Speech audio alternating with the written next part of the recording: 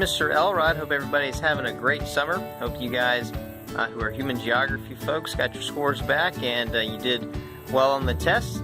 And as we're closing out summer, some exciting things have been happening in the garden, so I figured I'd fill everybody in. So here we go. Start over here with the blueberry bushes. So for the most part, blueberries are over and done. We still have a couple of blueberries on the bush here to the right, but pretty much for the most part, the blueberries have all been picked and harvested and whatnot. I felt like for year number 2, things went pretty well. We got a fair amount.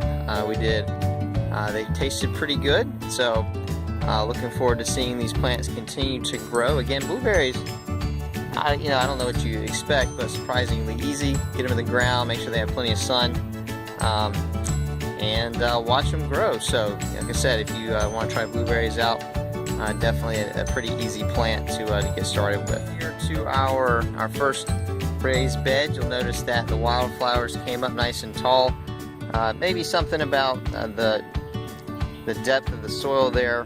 They got knocked over in some windstorms, and so those are not necessarily standing as tall as they were, but still lots of flowers, lots of blooms. I got to see some different pollinators come by. I don't know if you can see that carpenter bee that's there hanging on the flowers now. I actually saw a hummingbird not too long ago pass through here, so those did pretty well. If we come over here to the first couple of tomato plants, the beefsteak.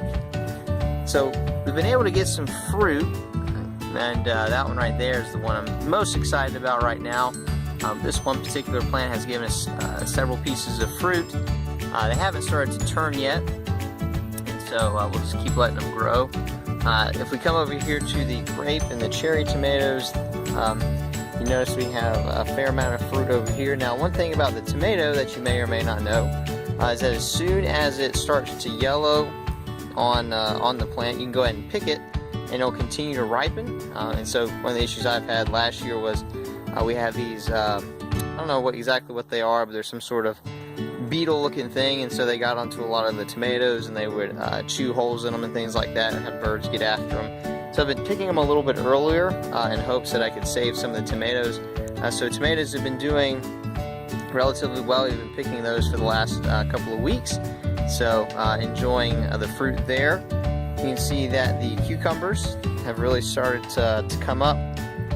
Had to add some height onto, all I did was I turned a tomato cage upside down, give it some height so the vines could climb. We've already got a nice cucumber coming in right there, and so probably in the next 5 to 6 days or so, that'll be ready to pick. We've got several others on the plant here, and so looking forward to taking those off and enjoying them.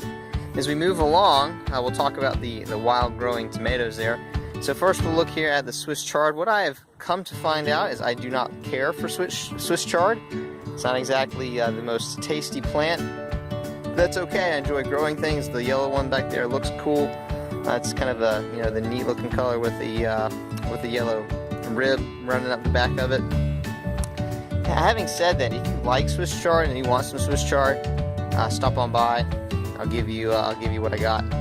The other thing that's really neat to me is we'll come here and look at the base of this yellow Swiss chard. Here, you can see that base there. And the amazing thing to me is how small this plant started out, and now it's got this huge base. Apparently, Swiss chard is in the beet family, and so kind of got that hard base there to it. So, just one of the amazing things to me about plants and how they work, and so just neat watching it grow.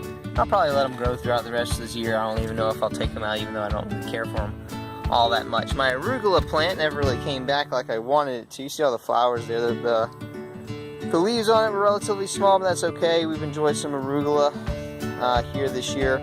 Do enjoy some good arugula. Now, we'll come over here to this tomato plant.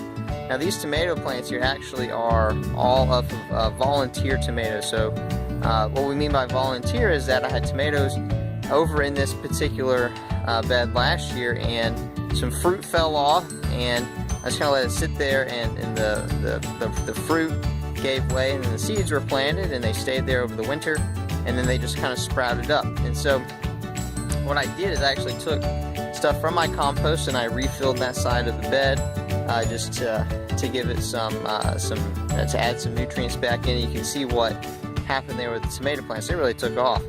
And so we'll just kind of leave those there. I wasn't planning on doing tomatoes here, but because it's gotten pretty big, and I imagine we'll get a good amount of fruit out of it, we'll just kind of let it continue to go. I had actually come over here and planted some collards, and so I only have a couple of collard plants that came up because mostly the tomatoes have just taken over the space. Funny, I actually planted the collards while the tomato plant was still pretty tiny, and so that's just how quickly the tomato plants have grown up. And so pretty excited about the way that the compost there has added those kinds of nutrients to the soil. In fact, I'd say these even look better than those tomato plants over there. So excited about the way that worked out for us. Fig tree, fig plant, still doing well, coming up. Again, that's probably going to take another couple years or so before that does anything, but still looks good. I actually hit it with the weed eater a couple weeks ago. It's come back strong. So again, another pretty easy plant if you're at all interested. Now, I hope you enjoyed that little bit of a view of the garden. Hope you guys have enjoyed the rest of your summer. School starting back in the next couple of weeks. Hope you guys are excited. Human geography folks, hope you enjoyed the course this year. If you took human geography in previous years, hopefully you're enjoying whatever class you happen to be in this upcoming year. Just hope you guys have a great school year in general. Thanks for watching, and always, to see you next time.